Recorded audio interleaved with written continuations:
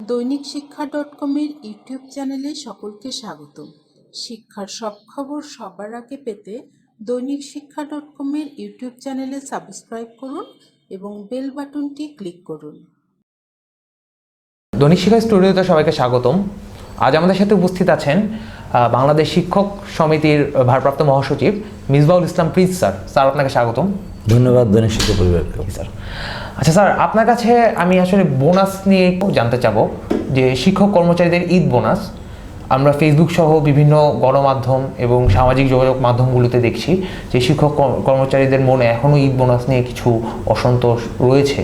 তো স্যার, এই ব্যাপারটা যদি আমাদের একটু বলতেন। হ্যাঁ, ঈদ বোনাস আমরা পাই, মূলত বেসিকের আমরা 25% ঈদ বোনাস পাই। কিন্তু কথা হলো যে ঈদ হলো সবার জন্য, আর ঈদের 25% হয় কীভাবে? যেমন একজন সরকারি শিক্ষক তিনি ফুল বোনাস পান, কিন্তু সেক্ষেত্রে আমরা 25% ঈদ বোনাস পাই। কিন্তু একজন বেসরকারি শিক্ষক তিনিও তো ঈদ করবেন। একটা উপজেলায় সরকারি একজন শিক্ষক আছেন, শিক্ষক যারা থাকেন তারা পরিপূর্ণভাবে ফুল বোনাস পান সেখানে। আর একই সাথে পার্শ্ববর্তী একই স্কুল দেখা যাবে যারা বেসরকারি স্কুল, সেখানে আরও ভালো রেজাল্ট করেন তারা, কিন্তু তারা ঈদ বোনাস হিসেবে পান মাত্র 25%। কিন্তু এই ব্যাপারটা একটা বৈষম্য। ঈদের ব্যাপারে কোনো বৈষম্য থাকতে পারে না। ঈদ সবারই সমান, সবাই একইভাবে ঈদ করবে। ঈদ উদযাপন তো কখনো 25% হতে পারে না। সুতরাং তাদেরকে আমরা আশা করবো যে সরকারের ক্ষেত্রে ফুল বোনাস দেওয়ার চিন্তা ভাবনা করবে সামনে। সরকারের উচ্চপদস্থ কর্মকর্তাদের সাথে বা সরকার শিক্ষা প্রশাসনের সাথে স্যার আপনারা কি এই ব্যাপারটা নিয়ে আলোচনা করেছেন বা তাদের দৃষ্টি আকর্ষণ করেছেন যে 100% ঈদ বোনাসের দাবি করছেন এই বিভক্ত শিক্ষক কর্মচারীরা?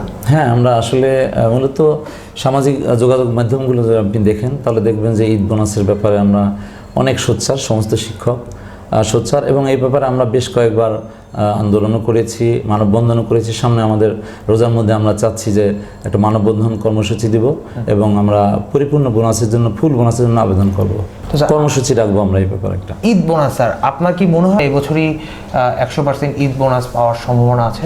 আসলে সরকারের আন্তরিকতাটাই বড় করে আমরা দেখছি, কারণ সরকার প্রত্যেকটা শিক্ষা পরিবারের প্রত্যেকটা দাবির ব্যাপারে তারা আন্তরিক। ইতিমধ্যে আমরা দেখেছি। আমরা চাই যে তারা আমাদের এই কষ্টগুলো, এই দুঃখগুলো বুঝতে পারুক এবং এই বৈষম্যটা তারা আমাদেরকে দূর করে দিক, এবং সামনে যাতে একজন শিক্ষক পরিপূর্ণভাবে সে ঈদ করতে পারেন, দূর দূরান্তের সমস্ত শিক্ষকরা, এটা অবশ্যই সরকারের চাওয়া উচিত এবং সরকারের কাছে আমাদের এই ধরনের দাবি থাকবে। স্যার, শিক্ষকদের পূর্ণাঙ্গ বোনাস আদায়ে বাংলাদেশ শিক্ষক সমিতির পক্ষ থেকে কি কি কর্মসূচি দেওয়া হতে পারে? হ্যাঁ, ঈদের পূর্বে আসলে বাংলাদেশের সমস্ত শিক্ষকরা অধীর আগ্রহে অপেক্ষা করছে যে আমরা কিভাবে এটা প্রধানমন্ত্রী বরাবরে, শিক্ষামন্ত্রী বরাবরে আমরা জানাতে পারি। বিভিন্ন সামাজিক মাধ্যমগুলোর মাধ্যমে তো আমরা তো জানাচ্ছি। তারপর এছাড়া আমরা রোজার মধ্যে বা সামনে আমরা মানববন্ধন কর্মসূচি দিব, তারপরে প্রধানমন্ত্রী বরাবর স্মারকলিপি দেব, এরপরে আমরা শিক্ষামন্ত্রীর কাছেও আমরা এ ব্যাপারে অনুরোধপত্র পাঠাবো। তো আমরা আশা করব যে অবশ্যই এগুলো তো আছেই, কিন্তু সরকার সবসময় আন্তরিক আমাদের প্রতি, শিক্ষা পরিবারের প্রতি এবং বৃহৎ শিক্ষা পরিবারের প্রতি আন্তরিক। সুতরাং এগুলো সরকার প্রধান, আমাদের বর্তমান জননেত্রী শেখ হাসিনা সরকার যথেষ্ট শিক্ষা বান্ধব সরকার, তারা অবশ্যই আমাদের প্রতি খেয়াল রাখবেন এবং আমাদের ফুল বোনাসের ব্যবস্থা করবেন। আপনাকে অসংখ্য ধন্যবাদ। ধন্যবাদ।